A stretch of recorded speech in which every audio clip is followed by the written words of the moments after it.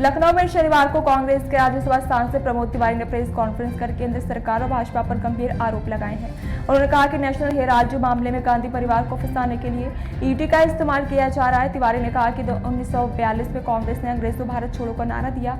उसी दौर में पंडित नेहरू, रफी अहमद किदवई और पुरुषोत्तम दास टंडन ने नेशनल हेराल्ड की स्थापना की थी, जो समय के साथ वित्तीय संकट में आ गया। उन्होंने बताया कि अखबार पर कर्ज बढ़ गया था, इसे चुकाने के लिए एजेएल को 90 करोड़ रुपए का कर्ज दिया गया। इसका उपयोग बिजली बिल समेत अन्य खर्चों में हुआ। तिवारी ने यंग इंडिया द्वारा एजेएल टेक ओवर की बात को झूठा करार दिया और स्पष्ट किया कि यंग इंडिया सेक्शन 25 के तहत बनी नॉन प्रॉफिट संस्था है, इससे कोई डायरेक्टर पैसा नहीं ले सकता। उन्होंने भाजपा से सवाल किया कि यदि कोई लेन देन हुई तो उसका बैंक ट्रांजैक्शन दिखाया जाए।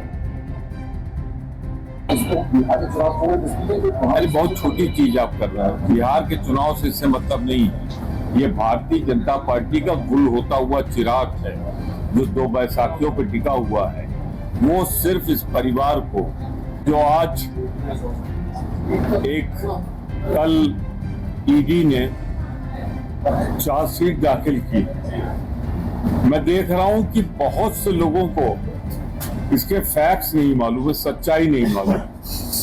तो आज ये प्रेस कॉन्फ्रेंस मैंने अपनी ओर से, प्रदेश कांग्रेस की ओर से बहुत सी चीजों को क्लियर करने के लिए बुलाया, जिससे आपको जानकारी हो जाए।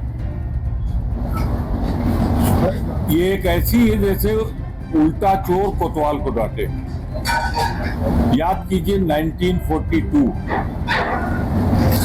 अंग्रेजों भारत छोड़ो का नारा महात्मा गांधी के नेतृत्व में, जवाहरलाल जी के नेतृत्व में, सरदार पटेल के नेतृत्व में कांग्रेस ने दिया। और उस समय क्या किया था? भारतीय जनता पार्टी का तो वजूद नहीं था। इसकी मात्र संस्था ने चिट्ठी लिखकर कहा था कि अंग्रेजों की फौज में भर्ती हो जाओ, वो रिटन डॉक्यूमेंट। और इस तरह उन्होंने देश की आजादी न मिलने पाए अपनी आवाज दी थी।